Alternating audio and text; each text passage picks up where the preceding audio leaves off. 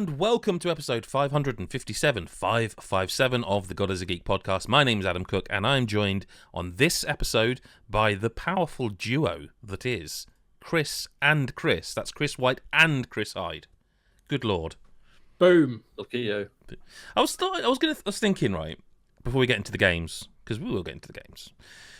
You're both aware of Taskmaster, right? I thought you were going to say you both aware you have the same name. I was like, yeah. That's much better. Are you? No. Like, you know how the intros are, like, a man who...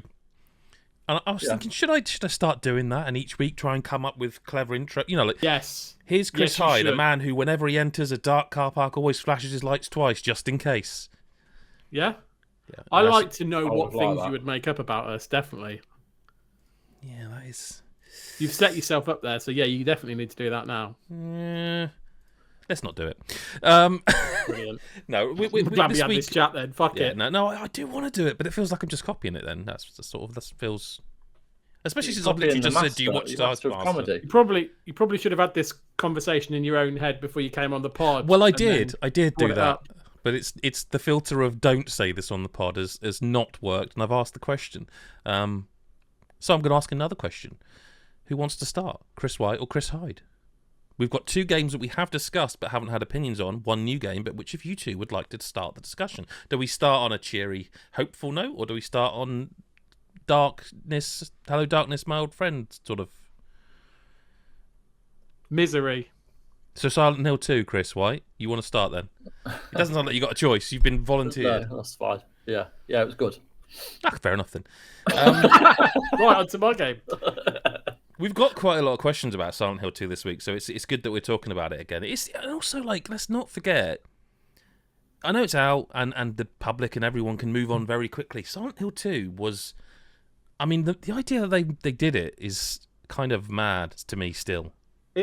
I haven't played the original just to, shock everybody because I didn't have a PlayStation around that time. But, like, the concept of a remake of Silent Hill 2 has just been one of those things that's been around for, like, feels like forever as, like, a thing that they should do. And then when it got announced and they've actually done it, it just feels really weird to me because always that joke that you made, oh, they'll remake Silent Hill 2 or something. And then it obviously got announced and they've done it. It's especially mad that they didn't start with Silent Hill 1. Oh, yeah, there is that. Yeah. They've just gone, fuck it, 2. No one will like 1. We'll just go with 2. Chris White. Yeah. Thoughts? I think it's probably because the Silent Hill 2 was so much better than the original. Yeah. And it was more iconic with Pyramid Head and whatnot. I think maybe that was maybe the decision. I mean, I gave it 9.5. I think it's absolutely incredible piece of work from Bloober Team, especially since their own games have been very hit or miss. Well, you've reviewed most of them, haven't you? I was going to say, between me and you. Yeah. They've not had that one, great game. It's like Observer I liked, but it was a bit rough around the edges. And then was that it's the one always with been no like, enemies? it's almost like the almost games, haven't they? They've always got bits of them. You're like, that's really good. Observer was on with no combat, wasn't it? But there were...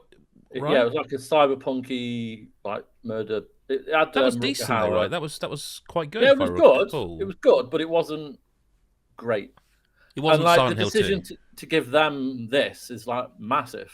Mm. The Blair Witch game was. I thought it was poor. It reviewed well, weirdly. What? But like, if you were, I mean, this is a difficult question to answer because it's like removing knowledge you have. But if you were to go back in time and you're at Konami and you're rebooting Silent Hill 2, what dev would you choose? I mean, you can't choose Capcom because that's a rival publisher. But like, who's out there like making because you are into your horror, generally speaking, aren't you? Yeah. So they are the big horror game maker, aren't they? Yeah, right? it is the thing. It's like they know, like I said, it feels like they're like up until now, or before Silent Hill 2, it's like there was pockets in their games that were really good from a horror perspective. They knew what they were trying to do, and maybe with like the fact that they weren't, I guess, starting from scratch with this remake, like I guess the story and the framework of it is kind of settled. Yeah, like they don't need to kind of do. I'm not saying it wasn't a lot of work, to be really clear, but you know what I mean in terms of they haven't got to craft something from the ground up in terms of the concept. Maybe that freed them up a little bit because there's, like you said, there's clearly some skill there from a horror perspective. Clearly, because it's been executed really well. But like, what's the Outlast Trials developer? Would they be another big name? Red Barrel. Is it Red Barrel? Red They Barrel. make. I mean, we're talking around the game. Like, let's talk about the game. Like, So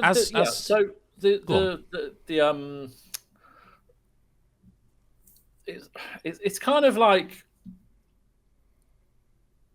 one of those games that, like Resident Evil, is very much combat centric quite a bit, and Silent Hill wasn't always, or from memory, it wasn't always as intense in terms of like the combat elements. And this one, there's a lot more involvement with weapons and with creatures roaming about, and they're giving you that over the shoulder combat, the way you can move around, which is very similar to Resi. But what it does so well is the way it builds the fear and the tension and the anxiety, which we talked about it when I was playing it, how I can't think of a game for a long time that's managed to do that. Even to me, who plays a lot of horror games, I had to kind of break, because it was very like claustrophobic. Like there's a section in the prison. So if anyone played the original, there's a section in the prison. And it's so dark. And a lot of the game is quite dark in terms of the lighting, not the content, but both. Content's not chirpy, is it? Yeah, no. So you've got your flashlight, which can see a few feet in front of you, and then that's it. So your big indicator for when there's like a creature roaming about is the microphone, like the audio through your controller. So when you start moving, it's silent, and then all of a sudden you hear a crackle coming through your controller, and it gets louder the closer you get to the enemy. And there's certain enemies, like if people are like the like 4-legged weird limbed thing, where it's got like 2 legs at the bottom, 2 legs up here, and they like stick to walls, so you can't see them. So if you're walking through a doorway, they could be there. You go for that doorway, and then that, so you're relying on your audio, so that it builds that tension in that sense. But like the lighting is very like it's very tense, very kind of claustrophobic. You do feel kind of restricted, even though some of the areas that there's a lot of places to move around, and you never feel safe. There's a lot of hallways, a lot of rooms to go in. You never know what's going to be there, and you're literally relying on sound cues, and it's like it's horrible, but in a great way. And then you've got the inclusion of like things that people remember from the original, which kind of keep popping up, like the story with Maria, who's in this pyramid head, who's obviously one of the iconic, he's an Astro Bot. Segue for later. But like, there's so much of the original that's in it, but it's also, it could easily be its own game. It doesn't feel like people that have never played the original don't need to play this. It's a unique horror game. It's a very strong horror game, and it does everything it needs to do, and it does things that we don't get. Like there's the kind of general horror genre at the minute. There's a lot of developers trying to do something new or different within the confines of the genre, which is great. But there's not a lot of these big, like 15, 16-hour games or whatever. It took me about 15 hours to play through, but I was literally I was trying to get through it. There are like other little things you can do throughout, collectibles or hidden areas or whatever. Memento kind of mementos, nods to the old games. Have you seen, by the way, that someone's, like the people who break the camera and stuff? Have you seen what they found in the game early on? I was just curious. Yeah. So do you remember one of the like redos, the HD up, whatever it is? They had the Silent Hill farm. It was in Comic Sans. Oh yeah, I have seen someone's that. They've gone off the beaten track with the camera, gone in the barn, and there's old sign of Comic Sans Silent Hill Ranch or whatever, and it's like that is. You got to respect that level of, because no one's supposed to find. Someone's obviously gonna find it, but I am curious as well. Actually, I know you, because you were reviewing it, you would have started it on default difficulty, blah blah blah. something that this does, and please do correct me, but like there's an option to change the puzzle difficulty in this game, meaning you can have harder puzzles, can't you? I don't know. Yeah, no, there is. There's like you can change because you can change the combat difficulty. Yeah. I mean, who'd do that? But you can also change the puzzle difficulty, and I just thought it was a really interesting thing because I wonder how many people will just like go for the hard option and like because they've had to. From what I understand, there's like extra steps or more difficult the puzzles. You know, like some of them will be without spoiling. I'm trying to think one without spoiling. They're not so much maths, but they're like they are sort of rudimentary. Well, the coins in medallions in that thing, so they give you a rhyme to pay attention to. Yeah, and there's like another step on the harder puzzles, and I just thought that was kind of cool. I think that was in the original. I just can't remember. So shout in the comments if you're watching on YouTube and you can remember. But like I thought it was an interesting feature to program, and how many people will actually see it. You know what I mean? Yeah. But like I don't know. I mean, the only thing that surprised me a little bit thinking back on it now is that given that it's a PlayStation console exclusive, I just wonder, a little bit of me is wondering will they try and get a VR version of it. I mean, I'm not playing that, just to be absolutely clear. You would shit your pants. No, I tried. The Resi ones are pretty, like Resident Evil 7 in VR is... I played that in VR. Which one's PS Village? Is it VR. Village? Village is the one after what? Oh, 8. Yeah. Like, that is... No need for that, really. But, like, that probably... I doubt that'll happen. But, you know...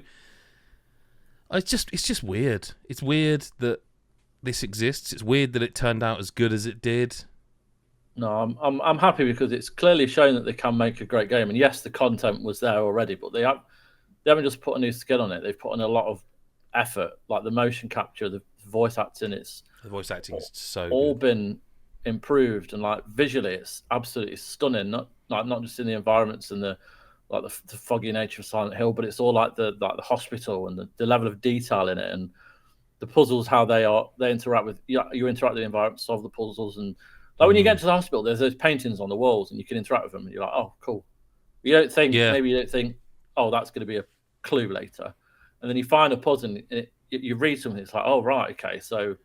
I don't think that's done as often these days. I think that's the sort of thing that when we were playing these games back on the PlayStation, environmental puzzles were more a thing. I don't think they're done, so it did take a little bit for me to re-engage. It helped that it was like a remake of a game I knew. But there was a level of that where you're like, oh, what was the puzzle I got stuck on? We won't spoil, but like I got stuck on a puzzle because it was purely environmental. Like you had to use your torch to shine. I just didn't see it. It was a safe code, and I just didn't see. I was looking around the room thinking, well, it's definitely on the walls, and somehow I just didn't see it.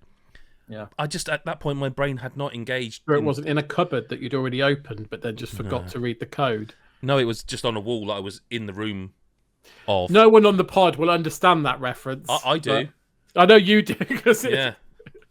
I'm trying to think what game I was Alone in the Dark. Alone in the Dark, But yeah, no, I just once you re-engage with like, oh yeah, they used to do this more. I think it's interesting, isn't it? Because like back in the day, whenever you used to interact with anything, or if it gave you like, I don't know, like say a painting or something, and it was painted in that year, you're like, I best remember that because when you could interact with something back then, you could only interact with it if you need it. Whereas now you can almost interact with so much like random additional stuff that's unnecessary that you kind of don't engage it. There's so much extra flavor text of everything. It's like the notes games. You don't think you need to remember stuff. Hell. And there's a note you read, and it's like, oh, is this going to be important at some point? So many notes. And there's so many notes and stuff with their own like individual stories.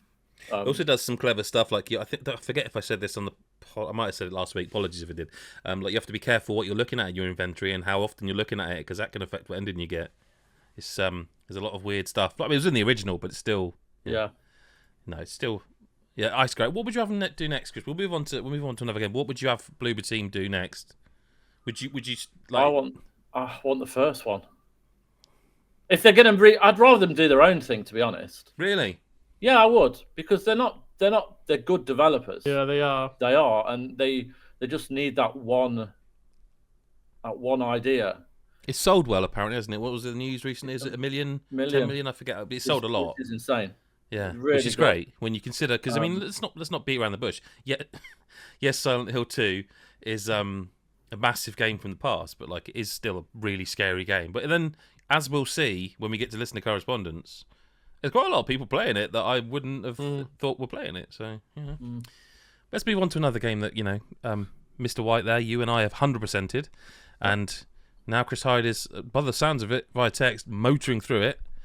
And it's perfect About timing. 66%. 66%. It's perfect timing because it's just been updated as we record with the speedrun levels that were promised. Well, one of the first one of 5. Is that weekly? Yeah, for 5 weeks. Yeah. Every So Thursday. I played it. I played the first one today. I'm talking about Astro Bot. Sorry, I should have said that. The first one's been released and there's going to be one every week. But that's not what we're here to talk about. I will mention it at the end. But Chris Hyde, the floor is yours. Yeah. So I said I'd play it. And I am, so I'm happy. This is a weird one because, I mean, you guys, I don't remember when you guys talked about it, how many weeks ago it was. I don't think I was on the pod, actually, when you were talking about it. Because Possible. I think I was talking about Banishers, and I was like, I'm sorry I haven't played it, but I will. And you have. I am now playing it. And we clearly mentioned this on the pod, but it's great. I will start with it's fucking brilliant, right? Like, before anyone suddenly thinks I'm going to shit on this game, I'm not. I was At all. nervous. You did look At at it, all. It's fucking brilliant. It's joyous. It's amazing. I love it. They should make more, right? Brilliant. Can't wait to do the speedrun stuff. But it's I think most people are probably at some point to varying degrees of doing what I'm doing in my head and doing the comparisons to like the Mario games and everything, because I think it's quite natural. Yep. Because there's bits of Sunshine, Galaxy, and Odyssey all rolled 100%. into one lovely robot themed package in this game, and it's like it's like, and I'm trying to think, like, I don't want to do the whole which do I like more, because I think it's I can different. help you here because I can fall on a sword here. I know a lot of people were, when it was the reviews hit, who were like, "This is the Odyssey killer," right? No, it isn't. It's not. I don't think this is better than Super Mario Odyssey. I don't think it's like, oh my god, it's so far away. Not at all. No. But like, it's not. I don't think it's better than Mario Odyssey, which to me I think is probably the tippy top of. I mean, I think Odyssey and genre. Galaxy are up there for me, and Yep, Sunshine that's is fair. more of a Ironically, it can be quite similar to Sunshine in a lot of ways. Absolutely because agree, of yeah. the hoverability, but like I don't want to. This is why I want to be really clear, because I don't want to sound like I'm shitting on it. Saying it's not as good as Mario Odyssey, which is a 10 out of 10 game of the year, right? Like, because it's bloody brilliant. But I feel like what it is, I think it's two things. One, it's it's thank God other people are making these types of games rather than relying on not relying on, but Nintendo just basically, people wait for Nintendo to say, what are you going to do next? To kind of make these types of games, and we don't have to. Other teams are more than capable of making fucking brilliant versions of these games in their own way, in their own style, and there's room for both. It's not an either or, and if anything, competition makes it better. But the other thing I love about it is it's just it's a lovely celebration of like. I wouldn't even say Sony. You guys kind of said it's almost gaming as a whole, and not many games do that.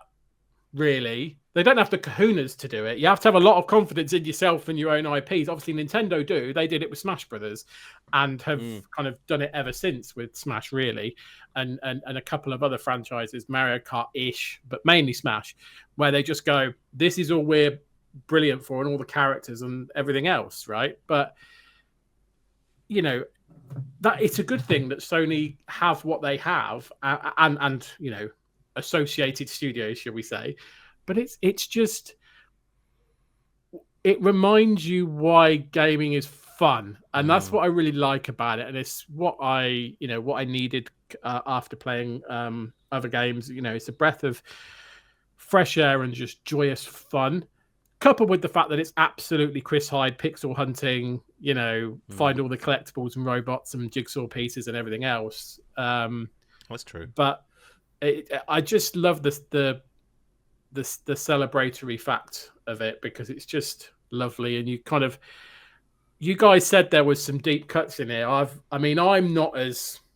There are some weird references that I do not get. Right, that I'm going to go. I have to go and have a look at that one. That was But my biggest complaint about it. I wanted them to put the fucking name of the game Yeah, under yeah. each bot because there was some not a fucking code name. No, like, I know. I look at it and I'm like, I definitely have seen that at some point in my life. But I need more. Like there is. Yeah. No, I totally. It's not much of a complaint, but laugh. It is, Like it. Sometimes we have on the pod. What series should they bring back? I've got fucking loads of them. Yeah, in my head now. All of them. If I get, we're not being asked that question this week. If we fucking were, I'd have about 12 because I'm like, well, I've been reminded of about 12 series like that are in the game. I'm like, that's quality. I wonder if they had a whiteboard or a doc where they would just like just stick everything on there that you can think of. Everyone on this team, I want a game. You know what I mean? Like, I wonder because. There's two. It's not a spoiler because they already announced it. But in the speedrun levels, there's going to be 2 bots as well, right? And they've announced the first 2. I've done it and I've completely forgotten. They're recent Sony games and I've completely spaced on them. Anyway, but so there's definitely more. Yeah. And also there is. I don't know if we mentioned this, Chris White. I don't know if you can remember. There is one major omission for me. In terms of the bots, and it's Square Enix related, is, and I think I know why they're omitted, but I hope I'm wrong, and I hope it's like, because we're saving that for DLC, but I don't know. But well, that spoiled what I hoped was coming in the future. It might. Now I know that it just isn't. No, those 100 bots. I'm not going to see Aerith. Oh, sorry, no, you're not, mate. You ain't seen anything from Final Fantasy VII. That's to me is like. If I were to go back to young me, like teenage me playing games on the PS1, Final Fantasy VII was, we've talked about it, it's my favourite of all time. Like, I've replayed it. It is, it was only on PlayStation. Yeah. Like, I know it's not now, but like it was. So I was hoping for, can you remember Pandemonium? Oh, I know of it. I haven't played it, but I know what you mean. That was what I loved as a kid. I loved them to bring them into it.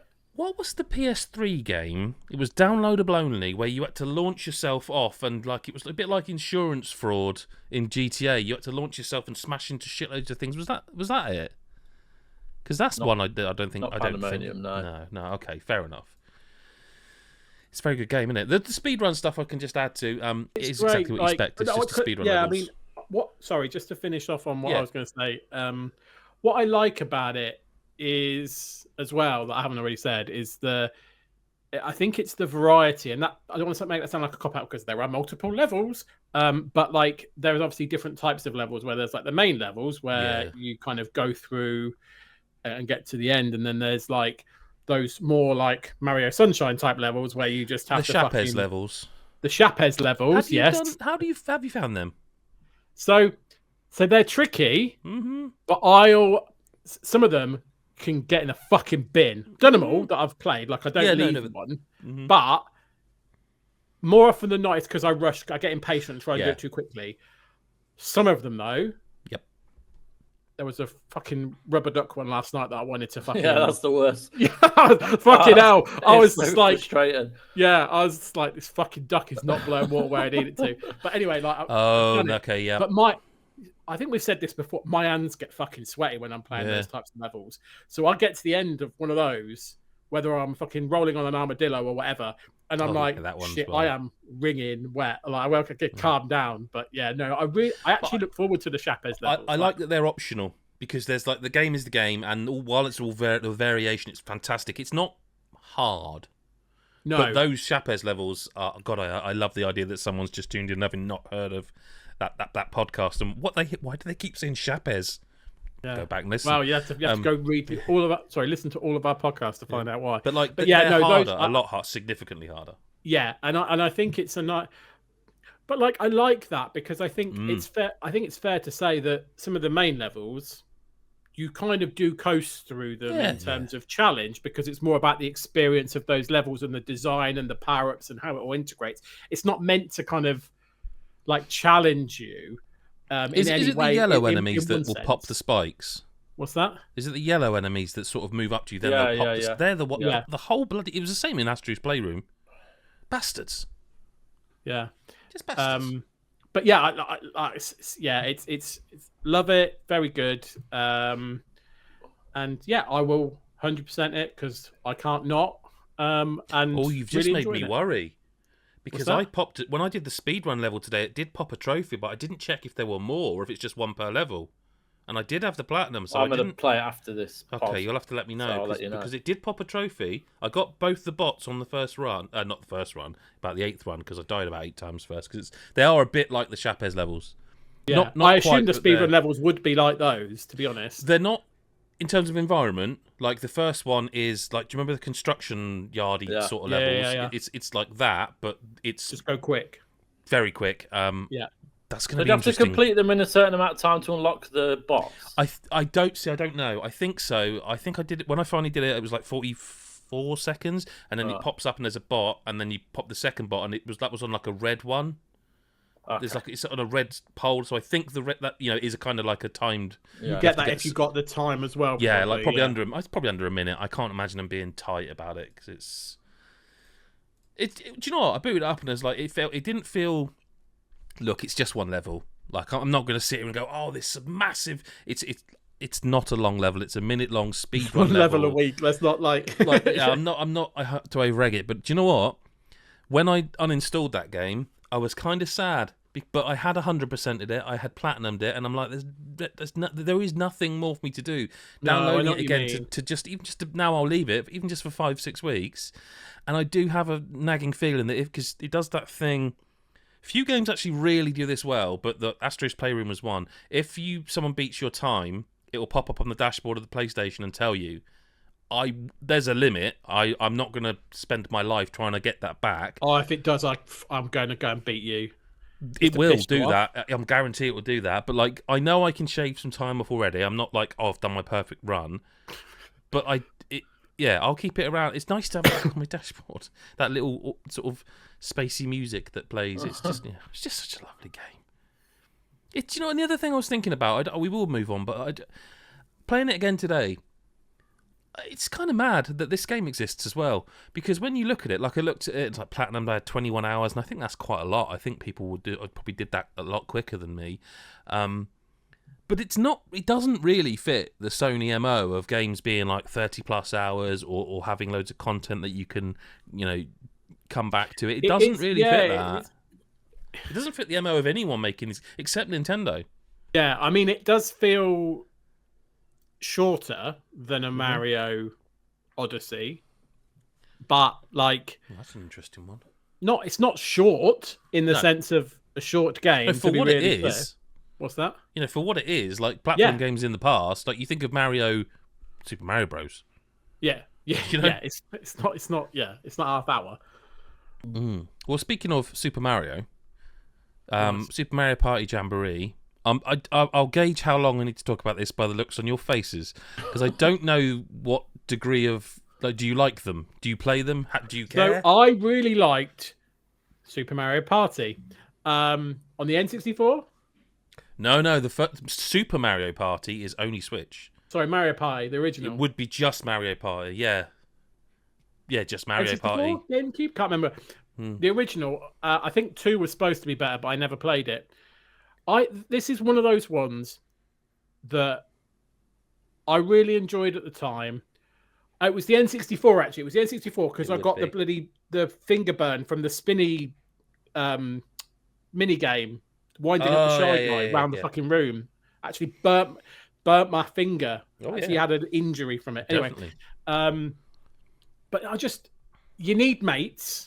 I don't have mates, and so it's only ever going to get played like Fair enough. The FIFA.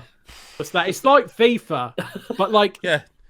I don't have mates that want to play. I'm sorry, this. Chris. I have mates that want to play FIFA. Right. Okay.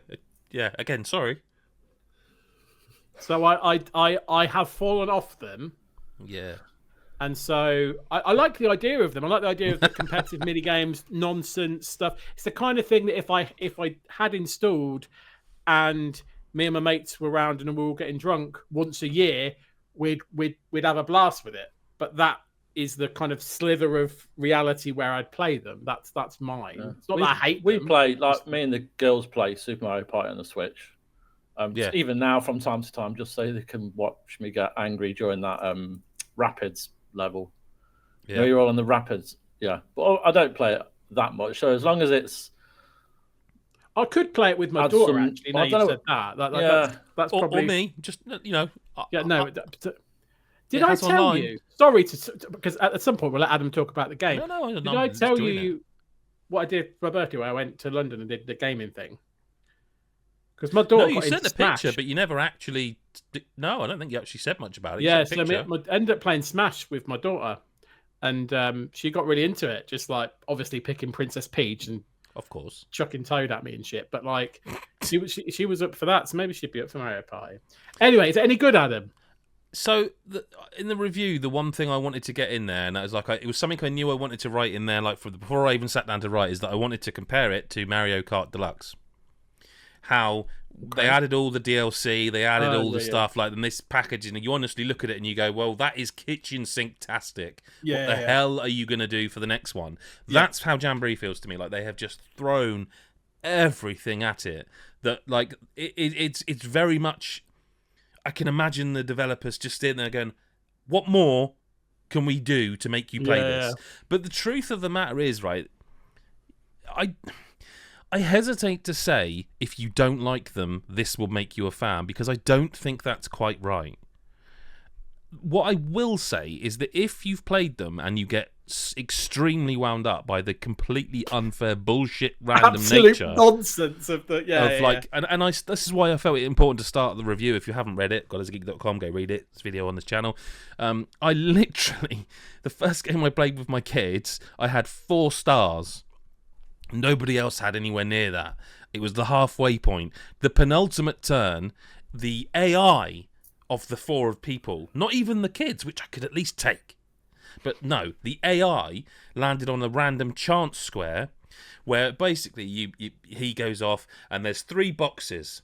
And on the box on the left is what you're going to give, or sorry, what someone is going to give. And on the right is what the receiver is. And in the middle is the who's going to be doing it, basically. So it pops up. Stars and coins. Shit.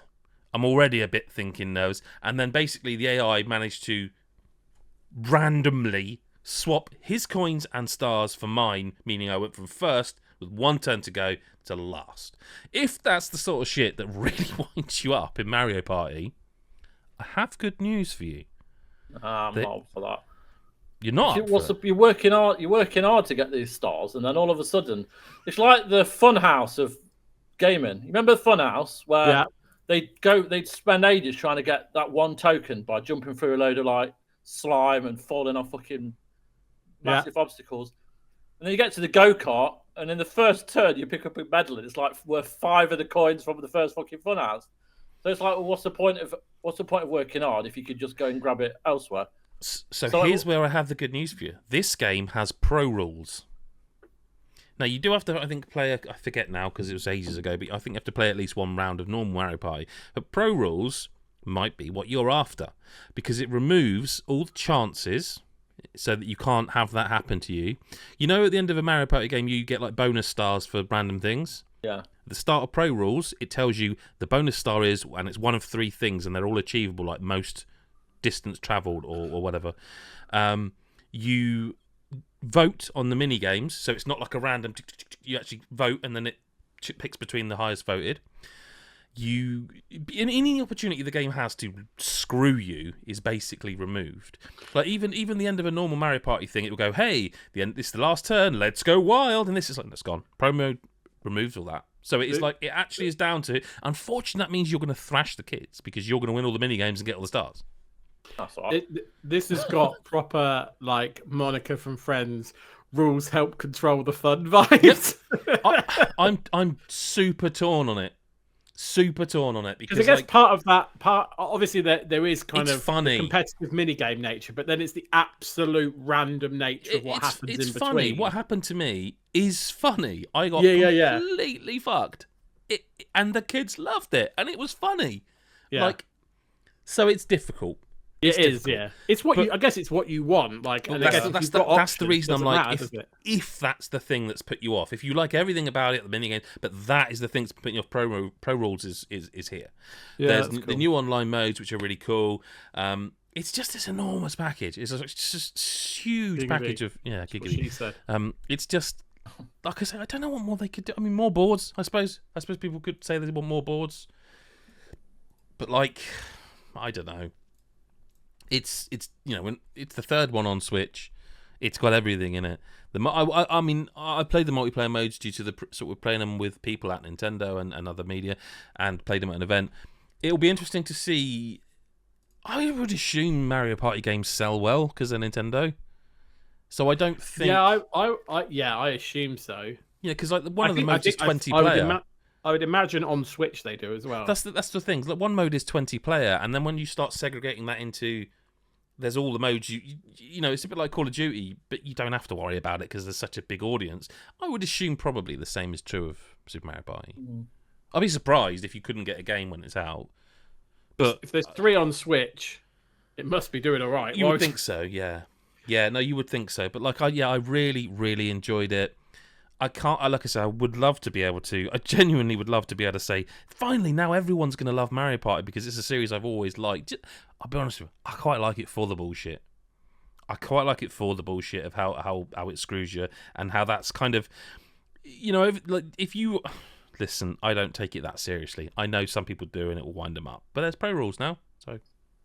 I mean, for me, it's like the blue shell bollocks in Mario Kart. Yeah, basically. It's like that. You can Yeah. turn them off if you want. You can take them off the item thing. And that's what Pro Rules does, is it kind of turns off all the you opportunities for you to be screwed by things that are out of your hand. Like if you rolled a bad dice roll, you could still screw yourself, but you rolled the bad dice roll. That's the only random nature left, really.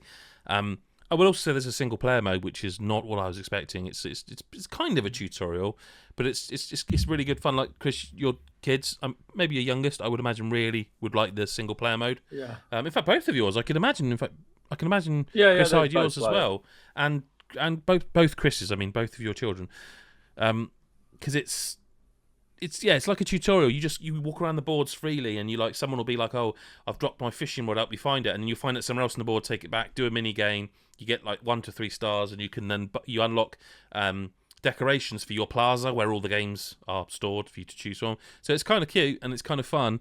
Are there any deep cut characters to choose from, or is it just your standard? Yeah, I mean, there's 2 new ones. I don't know if I want to say. I mean, they're out there. People, it's not like Nintendo hid them, but well, I'll say one of them. One of them's Pauline. I was going to say, I thought Pauline was in it. I Yeah. thought I knew that. So that's new to the game. I won't say the other one, but it's not a deep cut. Well, it is a deep cut, but more of a modern deep cut. Cappy. No, that would be quite hard. No, I just really like it. I don't think it will change people's minds. I think people will be able to acknowledge it's a really well made game and like it's a large package. Again, I've said it twice now. But it's difficult to say, well, because you can turn off the fun, now you'll like it. Yeah. Do you know what I mean? Yeah. Plus, you don't often see the word jamboree. Not at It's a all. good word. Yeah. Yeah. It feels like an American word. I don't. I only know it from like back in the day when I used to go like Cub Scouts. They used to do jamborees, but probably the less said about that, the better. Indeed. And on that note, shall I play Play the jingle before I get in trouble. Yeah. Chris Hyde, listen to Correspondence. It's time.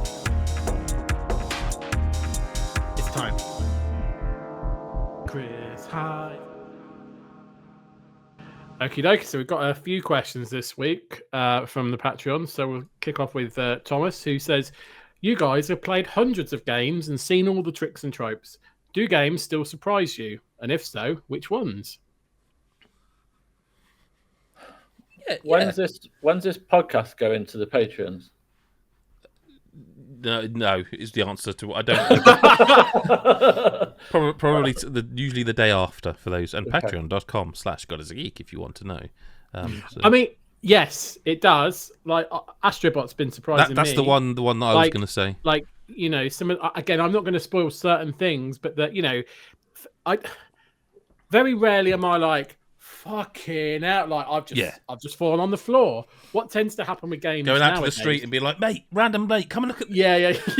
Have you seen this? But like, I tend to.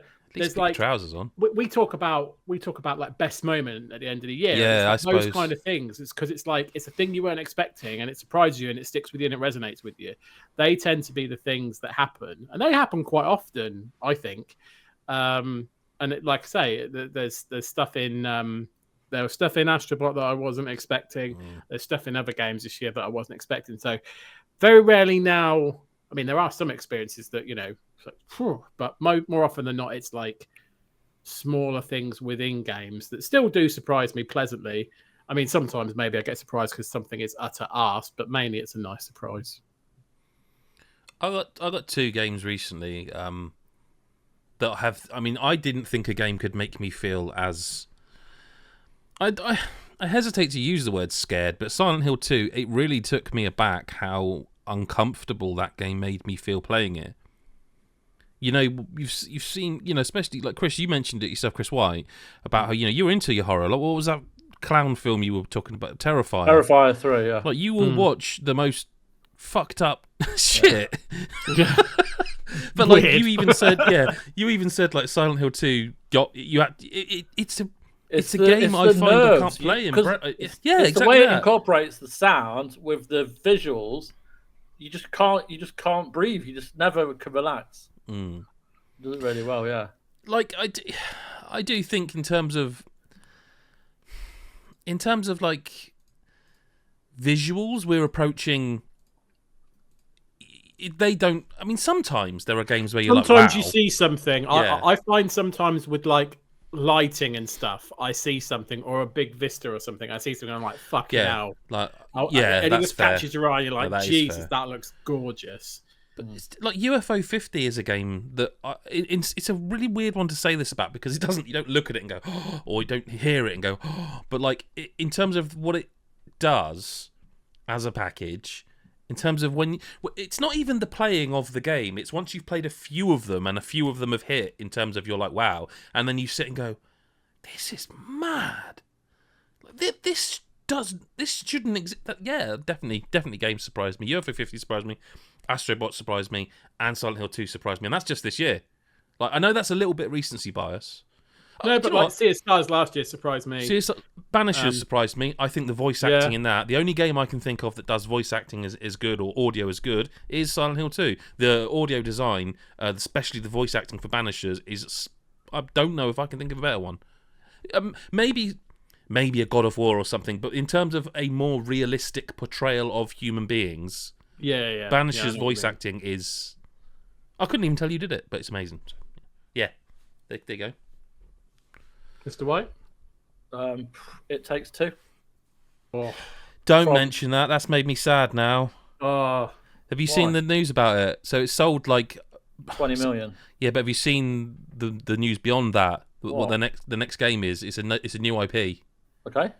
I kind of wanted more. It Takes. No, fuck that. No, the reason why that was good is because it was new. Oh, I can't wait. Joseph Fares is. Yeah. I'll play that it. But I game just was kind of literally wanted about 12 million surprises in one. That was lovely. Yeah, but I wanted like another. I wanted that. Oh, yeah, I'm It asking Takes too Three. much. Yeah, I know. Yeah, not necessarily the same characters, but just that game was so good. They'll get it right. We could all play it then. Well, that'd be great. Thomas has got another question. He says, how have your gaming tastes evolved as you've got older? It's a bit rude. I've realised mine have changed. I was all about charging through a game back in the day. Now I want to explore, eke it out, and go find what's over there. I mean, he sounds like me now, because that is exactly how I play. But to be honest, I've been like that for quite a while. I've always been about, like we've been talking about obviously the new Dragon Age game that's coming out, Veilguard, and how I played Inquisition. Mm-hmm. I just know that Veilguard's going to consume me because I have to see it all and I want to explore everything. And to his point, see what's over there, what's in that little corner, what's over there, for however big that game ends up being. And we've always joked about me being this pixel hunter, but like in games like that where there is like a big world, like a Skyrim and something, I'm always like, right, I want to go and see what's over there. I have always I've always been that. How is it? So I suppose that's not really answering the question. That's more me just relating what he said. In terms of how it's changed, I don't know. I feel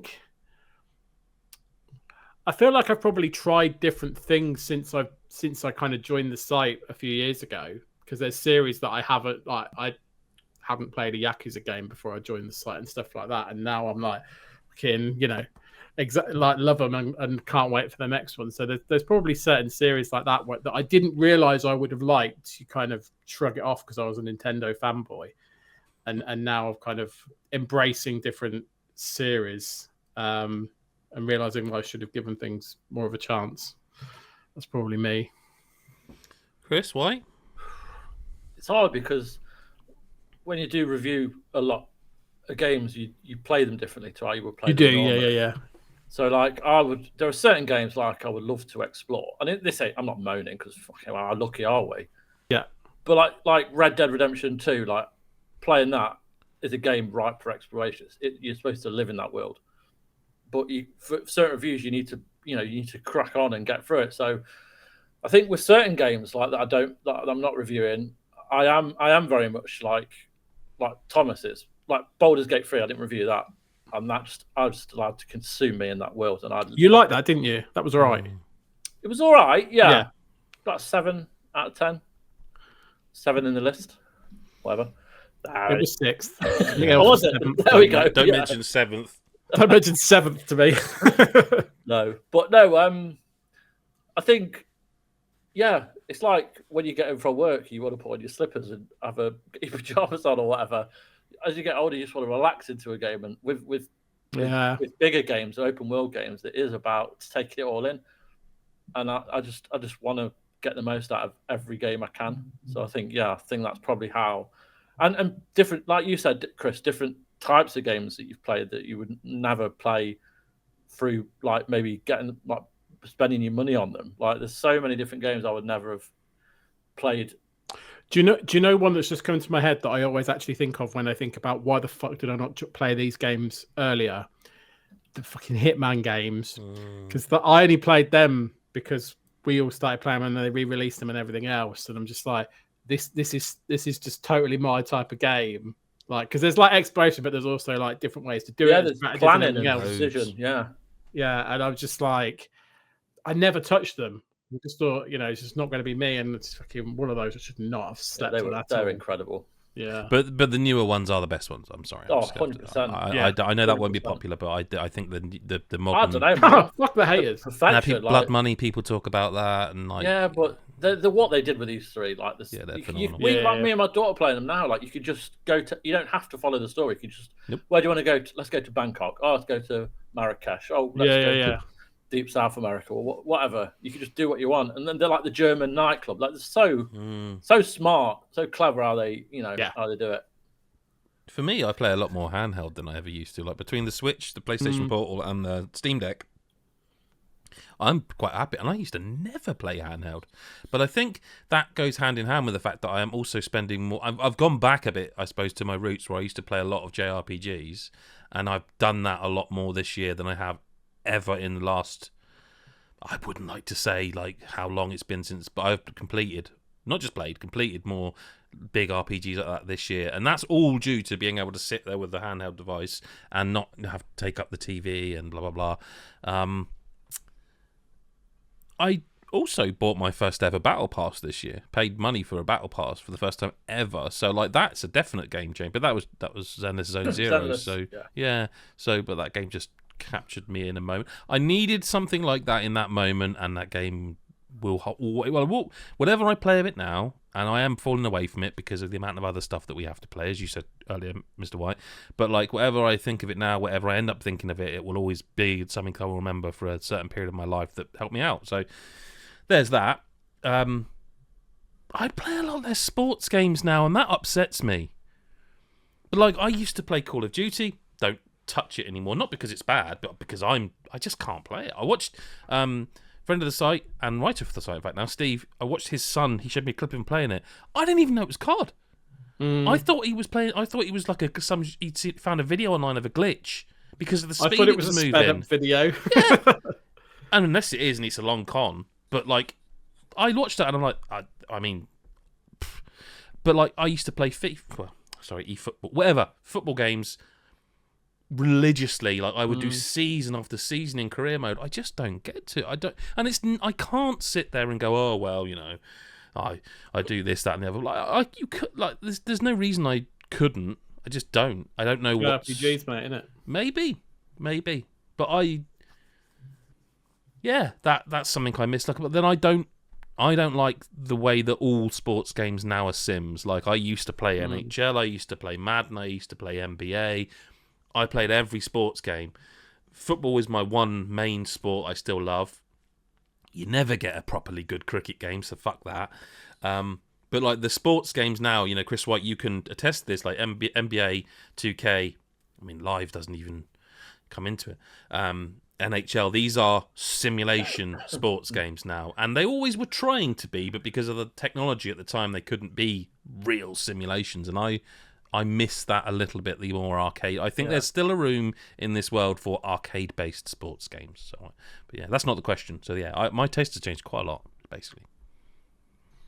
Okie doke. The mix got a few questions that we can just rattle through. So, do you think Mario Party Jamboree is worth it for local co-op or single player only, no online? So, did you skip his joke there, or did you deliberately?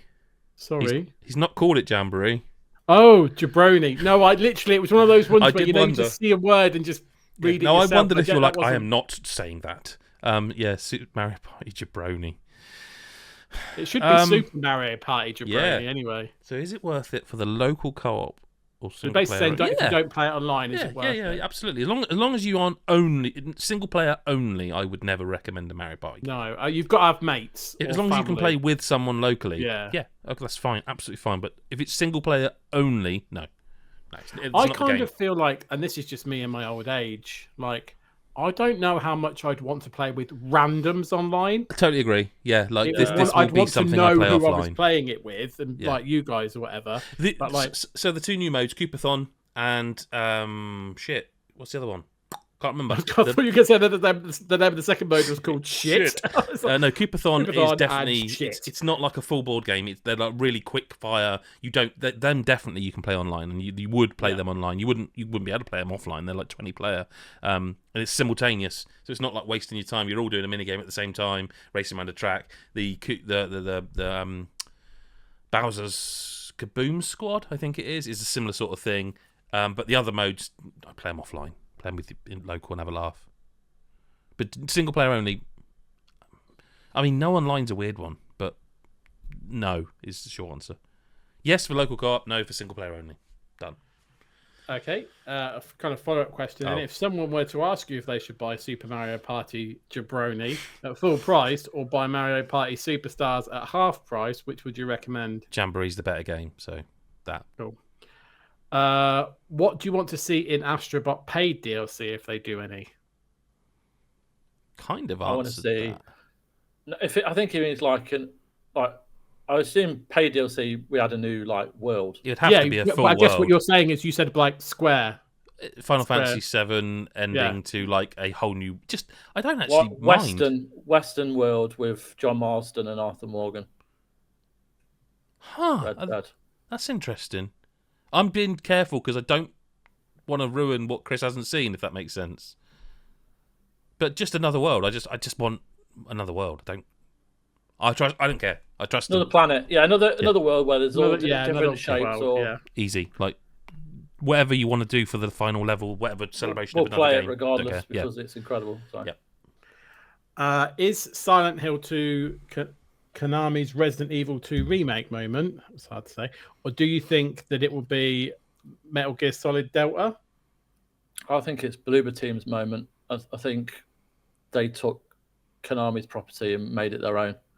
I don't know who's developing Metal Gear Solid Delta. Huh. But Resident 2 remake was Capcom. They made it was internal. Yeah, Capcom does Capcom games. Yeah. I think with the recent. I guess the point he's making in terms of Konami remakes,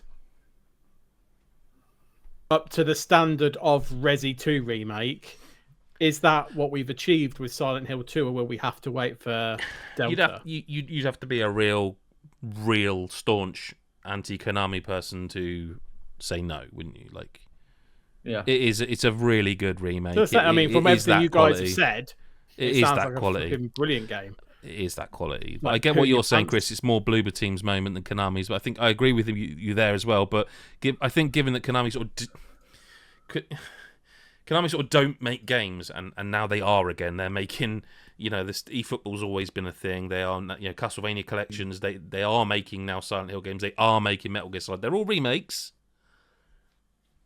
I guess time will tell. If Delta's crap, then no, then it wasn't. Do you know what I mean? Yeah, no, It wasn't. 100%. But for now, it sure seems like it. But from what I understand, Delta's like an internal Konami project, not a third-party studio. But I don't know. Okie doke. Then he asks, what the heck was Sony thinking with the Until Dawn remake's release, price, and shipping? And shipping it with so many broken animations, FPS issues that even the PS4 version didn't have. We get to talk about Until Dawn. Can I ask a supplementary question to Mr. White? Because I haven't played this yet, and I don't think I'll get time to, much as I'd like to, because I know it has new content and some sort of hints. Was all this a bit overblown? I don't know what the broken animation. That's what I'm getting at. So I'll summarize what I think he's getting at. So firstly, I think it's like 70 quid for a game that's only a few years old that probably didn't need a remake. That, in terms of... Okay, yeah, no, that's... With that's not much comment. new content, as in there's like one new sort of ending thing. From They changed the camera, though, didn't they? They changed the camera. The camera's over the shoulder now, so... You can move the camera everywhere. Oh, can you move the camera freely? Yeah, I didn't. I haven't played it. Okay. Yeah, I didn't explain that very well. Sorry. And I think the other thing is there's loads of things around, like certain animations. I think things like teeth in the mouth and stuff, like growing to fill the mouth and stuff in certain sections and stuff. Where when you look back, it's all done for like, outrage on social media. That's why I'm asking. Is that all a bit overblown? Like, I mean, I do think there is a question to say, why have we remade Until Dawn? Oh, that's yeah, totally. But I'm talking about the broken animations, FPS needs stuff. Remaking. No, God no. Unless you're just about to announce Until Dawn 2. Well, also there's a film out next year, isn't there? Yeah. Oh, I didn't even know that. Is there? No, I didn't until this remake came out. I didn't know, but I think the film's been dated for 2025. Yeah. Right. So it sort of makes sense now to me a lot more. Yeah. They wanted a new game out. Yeah, it makes more sense if there's something else to go on. Then that's why they've done it. But also, lots of shops now don't stock like PS4 disc copies of video games because we're quite far into the PS5 generation. So, like the Sony, I'm guessing, want a PS5 copy of one of the games they have got a movie coming out of. I would guess it's pretty much that. No, we didn't need it. No, of course we didn't. And I think then of course it goes. What we should have had was Bloodborne, and I'm like, okay, yes, maybe, but it's like people need to move on from that because there's obviously a very fucking good reason that's not happened. Like, no, of course, and it's I'm obvious, really, when you think about it. It's a technical thing, isn't it? It would have happened. I wouldn't be surprised if an Until Dawn 2 gets announced. Well, there's apparently stuff in the end of the game that, and in fact, I think having the there actors very fucking much is now that it hints that there's something else. Otherwise, I don't know what they're doing. I think two of the actors have even said something now, like, "Oh, it does hint towards it. It really does. Like I've looked it up just because I don't think I'll play it, and I know that story inside out, so I don't. I mean, I reckon I can answer this question for all of us very simply. Unfortunately, it's a very visual thing. What the heck was Sony thinking? Cash. Yeah. That's what Sony was thinking. And I'm not shitting on Sony for PlayStation fans. Like, business is business. They're a business. Like, that's what they were thinking. Wasn't it? Like, that's what they were thinking. Yeah. We've got a movie out. We want people to be able to go and see a movie that is based on our property, then go, I'm going to buy the game now, and go in the shop, and there it is on PS5 disc. Yeah. This is when someone says in the comments it's only digital only, and I look a complete twat. Yeah. Okie doke. And then his final question is, will you be covering Horizon Remastered on deck? Probably not. I think. Well, don't you think if you're going to play like a remastered version, you want to talk about remasters that don't need to exist? Surely, if you're going to play that game, you play it on the big screen. That's the whole point. Yeah. You know, but I get it.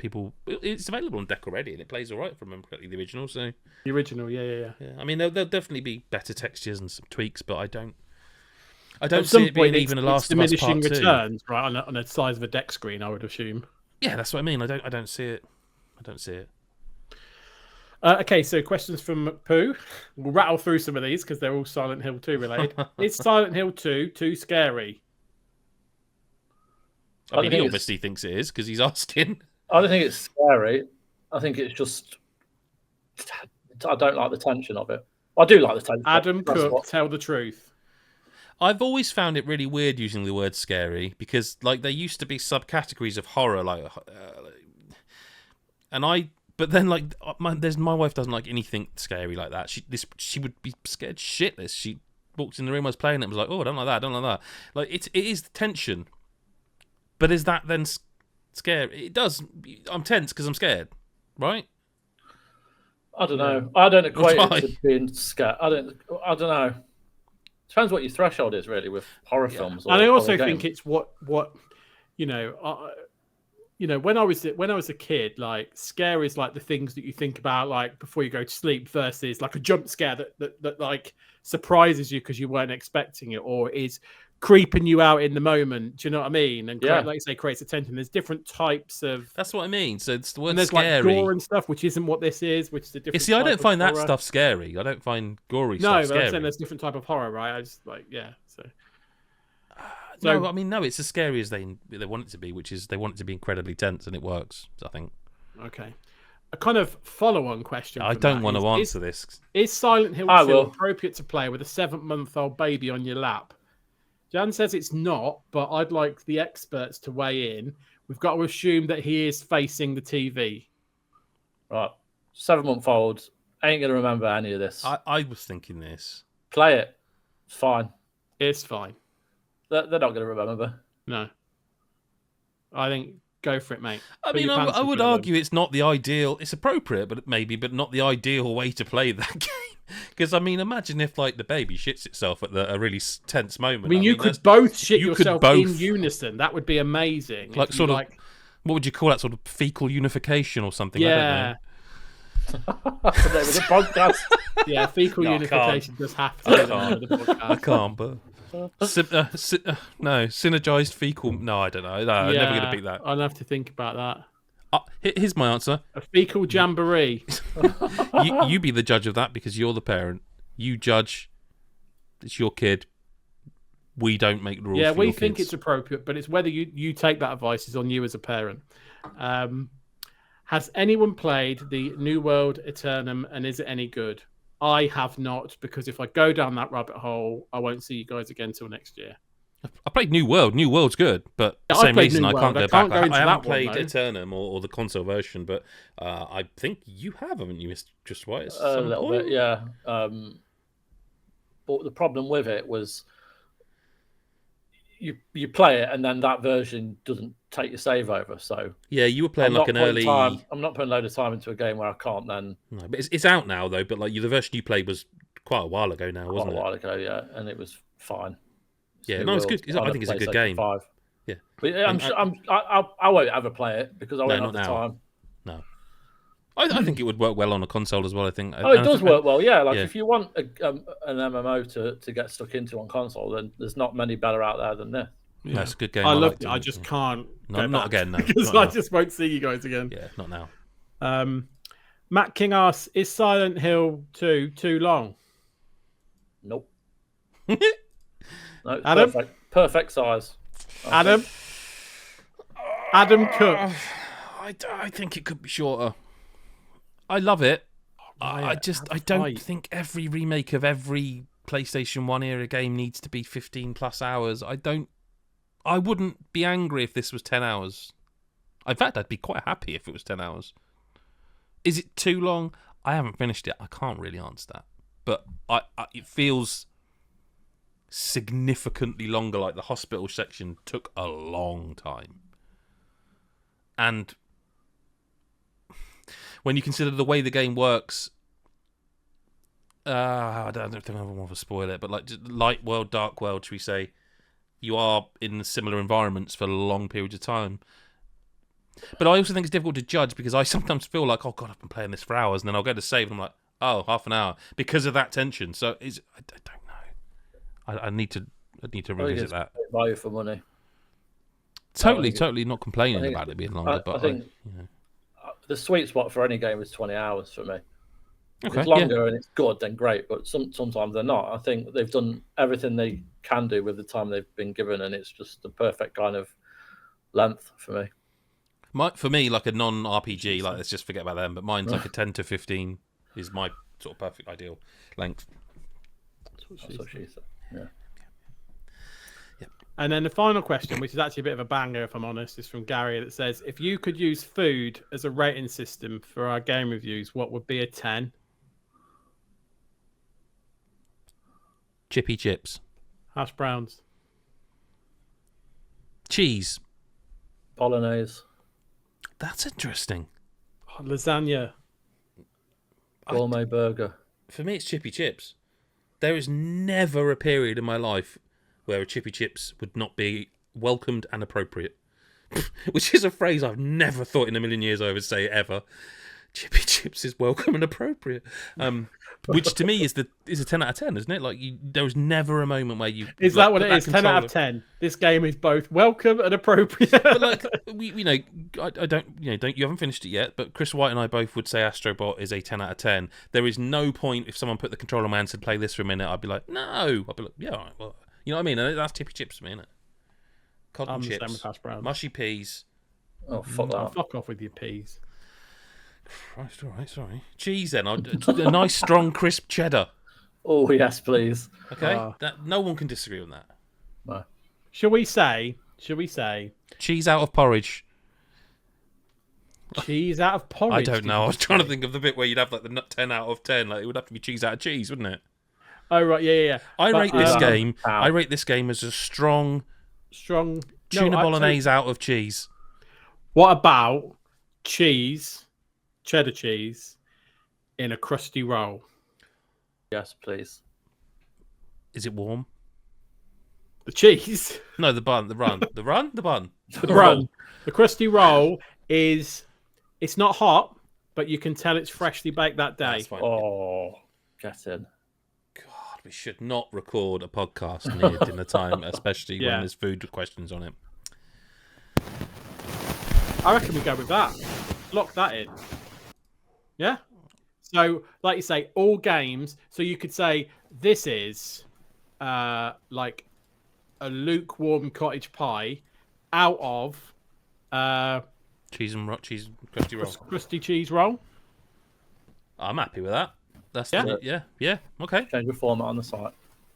Yeah, on the site now. Get some little images. There'll be our quotes on commercials with just like a picture of a crusty roll and some cheese. Thumbnail 2 is like a cheese cob.